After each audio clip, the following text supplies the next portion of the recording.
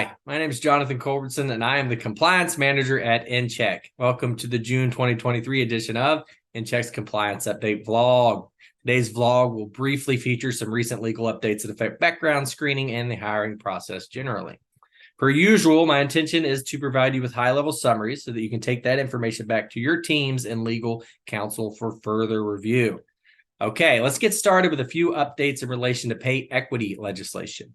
At the local level, Columbus, Ohio passed an ordinance that prohibits employers from inquiring about an applicant's salary history, which includes the applicant's current or prior wage, benefits, or other compensation. Still, employers may, without inquiring about salary history, engage in discussion with the applicant about their expectations with respect to salary and benefits. The ordinance goes into effect on March 1st, 2024.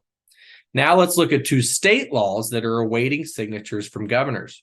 First, Hawaii legislature passed Senate Bill 1057, which requires employers with 50 or more employees to disclose an hourly rate or salary range that reasonably reflects the actual expected compensation in job listings. If the governor signs the bill, it will take effect on January 1st, 2024.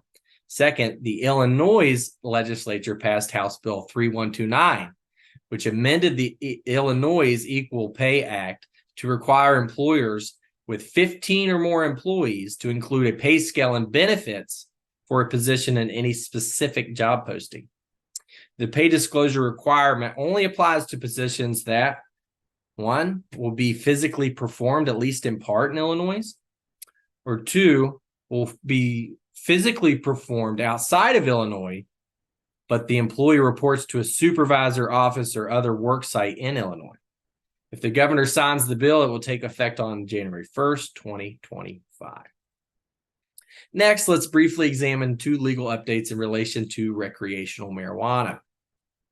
Minnesota passed House File 100, which legalized marijuana for recreational use. The law contains several employment protections.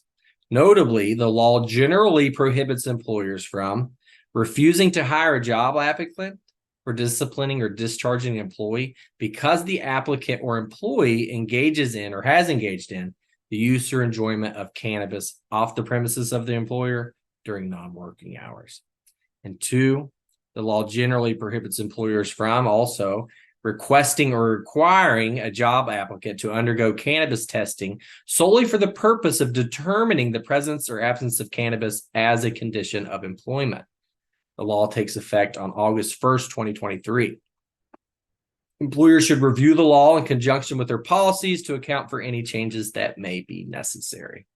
Last, as you may recall, New Jersey's recreational marijuana law, the Cannabis Regulatory Enforcement Assistance and Marketplace Modernization Act, prohibits employers from refusing to hire a person because that person does or does not use cannabis items, or two, subjecting any person to any adverse action solely due to the presence of cannabinoid metabolites in the employee's bodily fluid.